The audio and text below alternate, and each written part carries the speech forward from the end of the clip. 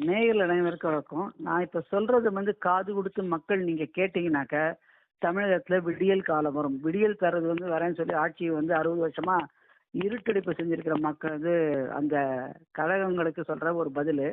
எப்படின்னா, அதனுடைய குழந்தை கிளிப்பிள்ளைன்னு சொல்லுவாங்க. ஒரு கிளிகிட்ட நீங்க சொன்னீங்கன்னா, அதையே திருப்பி சொல்லும். அந்த கிளிப்பிள்ளையா தான் ஒரு கட்சிங்கிறத புதுசா ஆரம்பிக்கிற ஒரு விஜய்ங்கிற ஒரு கேரக்டர். சினிமால ஒவ்வொரு கேரக்டர் வர மாதிரி அங்க ஹீரோவா இருந்துட்டு, இங்கே தமிழ்நாட்டுல ஒரு ஹீரோவா இருக்கணும் அப்படின்னு எண்ணத்தோட வந்திருக்காரே தவிர, அவருக்கு முதல்ல அரசியல் புரிதலே இல்ல. யாராவது ஒரு 3 பேரை வச்சுக்கிட்டு கையில இருக்கிற பணத்துக்கு ஒழுங்கா டாக்ஸ் கட்டல. இன்னைக்கு டாக்ஸ் இன்வேஷன்ல டாக்ஸ் வந்து மறைமுகமா கட்டாம ஏமாத்துவதான இந்த திட்டம் வந்து ஒரு சரியான ஒரு கணக்கு எடுத்தானாக்கா முதல்ல சிக்கக்கூடியவர்கள் நான் எப்பொழுதுமே பார்த்தீங்கன்னாக்கா சினிமா நடிகர், சினிமா துறையை சேர்ந்தவங்க தான் வரி ஏய்ப்புல. அதுல இந்த மாதிரி நடிகர்கள கட்டாயம் சிக்குவாங்க. அப்படிப்பட்டவங்க இப்படி வந்து முதல்ல வந்து ஒரு தலைவராக இருக்க முடியும். அதுவும் ஒரு ஏழை மக்களுக்கு தலைவராக இருக்க முடியும். இவர் ஏன்னாக்கா இவரை சுத்தி இருக்கிறத யார் சொல்றாங்க? சிறுவர்கள் பார்த்தீங்கன்னா ஒரு 18, 17 வயசுல இருக்கிறவங்க சுத்தி வராங்க. அவங்க எல்லாம் பார்த்தீங்கன்னாக்கா சாதாரண அந்த கூட்டத்தை பார்த்தாலே சாதாரண குடும்பத்தை சேர்ந்தவங்களா தான் இருக்காங்க. அவங்களுக்கெல்லாம் ஒரு நாளைக்கு என்ன வருமானம் இருக்கும்? அவங்க யாருடைய வருமானத்துல இந்த கூட்டத்துக்கெல்லாம் வந்தாங்க? அந்த வரக்கூடிய அந்த பெற்றோர்களுடைய வருமானம் எவ்வளவு இருக்கிறத மக்களே சிந்திச்சு பாருங்க. அந்த இளைஞர்களுக்கு ஒரு பதில். நான் உங்களுக்கு அரசியலுக்கு வர வேண்டாம் என்று சொல்லல. முதல்ல நீங்க அரசியலுக்கு வரணும்னாக்க எந்த மாதிரியான அரசியல் இருக்கணும், எந்த கட்சியில இருக்கணும், எதனால இருக்கணும் அப்படிங்கிறது ஒரு புரிதலோட நாட்டுக்கு அந்த கட்சி எந்த அளவுக்கு வளர்ச்சியை கொண்டு சேர்க்கும், அது என்ன நடவடிக்கைகளை எடுக்கிறது, மக்களுக்காக என்ன சிந்தனைகளை வச்சிருக்கு, என்ன திட்டங்களை கையாள போகுது, அது எப்படி கொண்டு வர போகுது அப்படிங்கிற ஒரு புரிதெல்லாம் கொடுக்குற ஒரு தலைவனை நோக்கி பின் தொடர்ந்தீங்கன்னாக்க நிச்சயமா உங்களுக்கு எதிர்காலம் இருக்குங்கிற முதல்ல அந்த கூட்டத்துக்கு வந்த சிறுவர்களுக்கு, அதாவது சிறுவர்கள் கூட சொல்ல முடியாது, அந்த இளைஞர்களுக்கு இந்த ஒரு முதல்ல ஒரு புரிதலை வைக்கிறோம். 2வது விஷயம் என்னன்னாக்கா, எம்ஜிஆர் அவர்களை வந்து பேசியிருக்காரு விஜய் அவர்கள். அதே மாதிரி முதல்ல மோடி மாண்புமிகு பிரதமர் நரேந்திர மோடி அவர்களை பத்தி பேசுறாரு. மாண்புமிகு நரேந்திர மோடி அவர்களை பத்தி மோடிஜி கிடிஜின்னு மரியாதை இல்லாம பேசுறது it's a totally violation.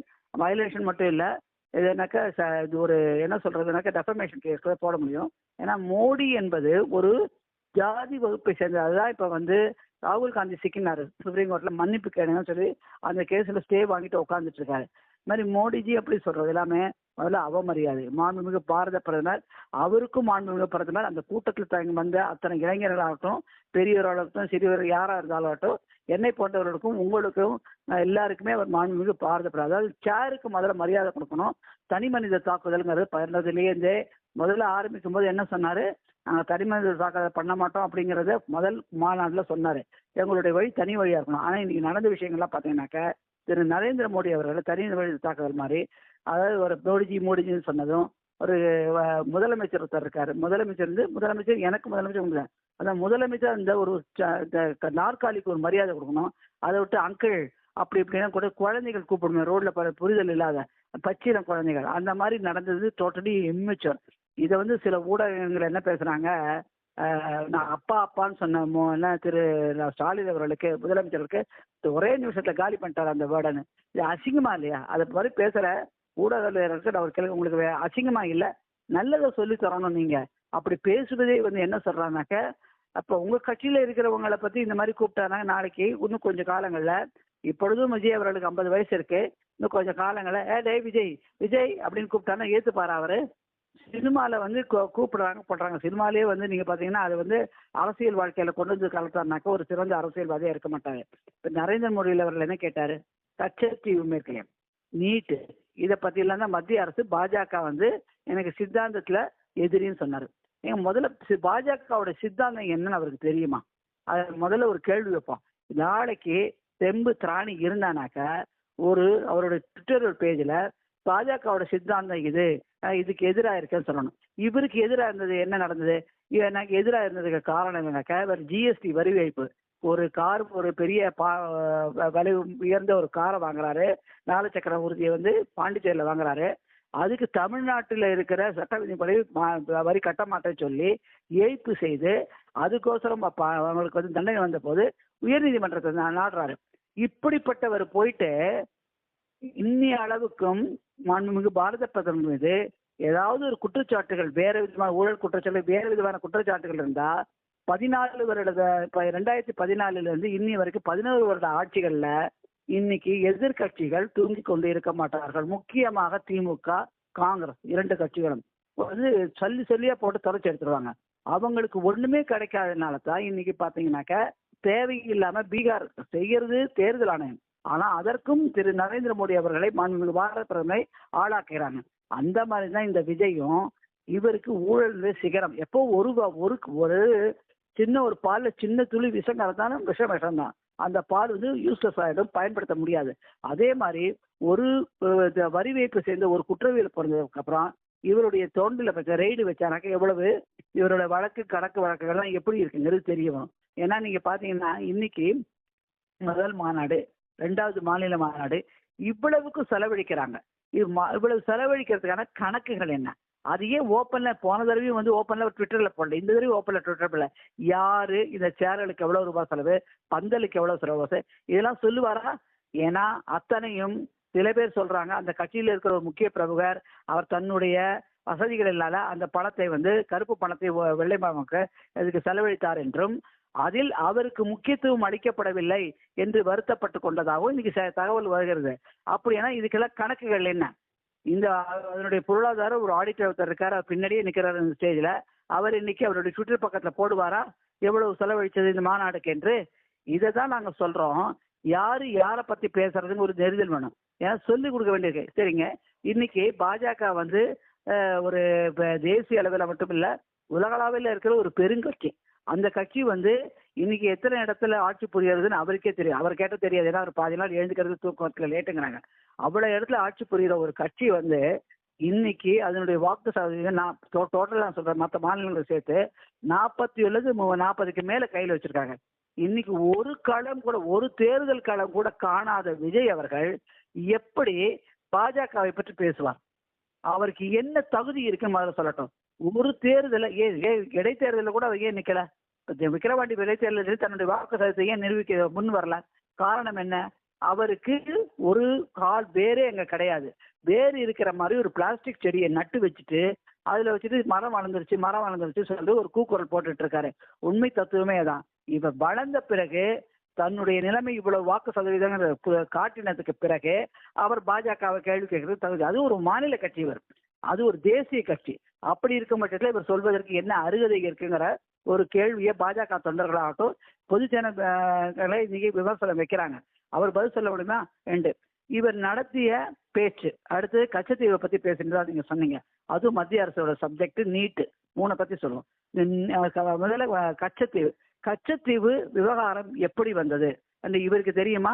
Vijay அவர்களுக்கு இவர் என்ன 50 வருஷம் இருக்கு, அவருக்கு தெரியுமா ஏதாவது விஷயம்? ஏன்னாக்கா இன்னைக்கு அவ்வளவு கச்சத்தீவு அக்கறை இருக்குமே. ஆனால் இன்டர்நேஷனல் கோர்ட்னு ஒண்ணு இருக்கு, அது தெரியுமா அவருக்கு? அதாவது ஹாகுங்கிற இடத்துல இருக்கு ஹங்கேரியில.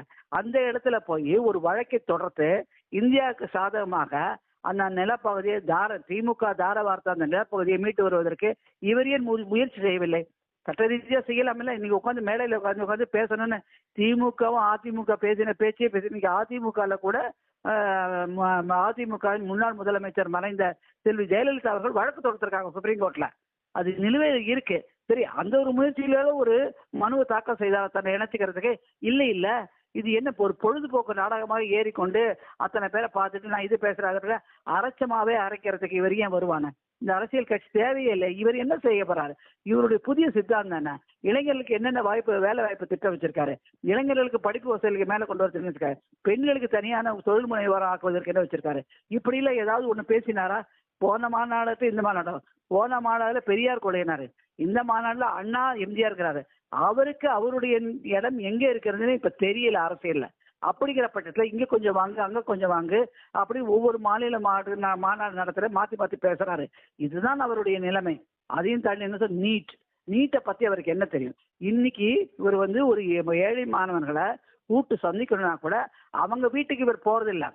எடுத்துப்போ தூய்மை பணியாளர்கள், இன்னைக்கு ஒரு தூய்மை பணியாளர் ஒரு பெண்மணி இந்த திமுகவின் அலட்சிய போக்குனால நீர்ல வந்து மின்சாரத்துறை சரியா செயல்படாதனால அந்த மின்சார கம்பி பட்டு இறந்திருக்காங்க. சின்ன குழந்தைங்களுக்கு அழுகிறாங்க. ஏன் இவர் வீடு பக்கத்துல தான் நடந்தது. உடனே புறட்டு போனாரா விஜய்? பதில் சொல்லுவாரா?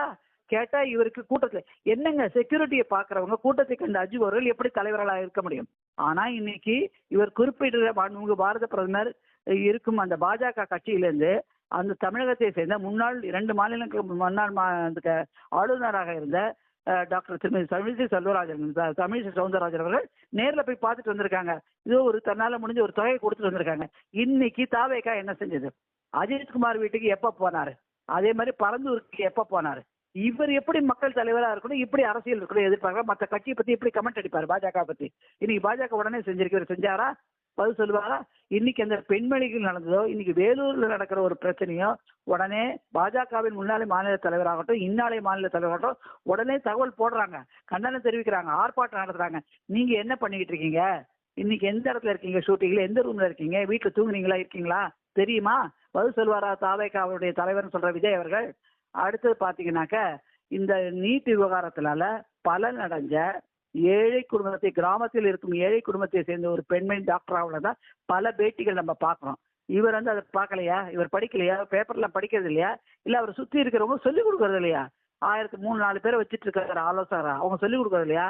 நீட்டை அவங்க கிளிப்பிள்ளை மாதிரி திமுக இருக்கிறது அதுக்கு அது திருப்பி சொல்றதுக்கு நீங்க எதுக்கு கட்சி ஆரம்பிக்கிறீங்க? தேவையில்லை. ஆல்ரெடி அவங்க பேசிக்கிட்டே இருக்காங்க. இன்னொன்னு, நீங்க ஏன் உச்ச நீதிமன்றத்துல போய் அந்த வழக்குல திருப்பி உச்ச நீதிமன்றத்தை வழிகாட்டுதல் இந்த சட்டம் இயற்றப்பட்டது புரிதல் இல்லாத திராவிட கழகம் மாதிரி இவரு இருக்காருங்கிறது ரொம்ப என்ன சொல்றது நகைப்புக்குரியதா இருக்கு. அப்படி அக்கறை இருக்கிறவராக இன்னைக்கு உச்ச நீதிமன்றம் செய்து அந்த நீட்டில் சீராய்வு மனுயை தன்னை இணைத்து கொண்டு செய்யல. அது பதில் சொல்லுவாரா? அதை பத்தி செய்ய போறேங்கிறத பேசினாரா? இது கூட தெரியாதா? இதற்கு அவர்களுடைய செய்தி தொடர்பாளர்கள் பலர் இருக்காங்க. அவங்க என்ன சொல்றாங்க?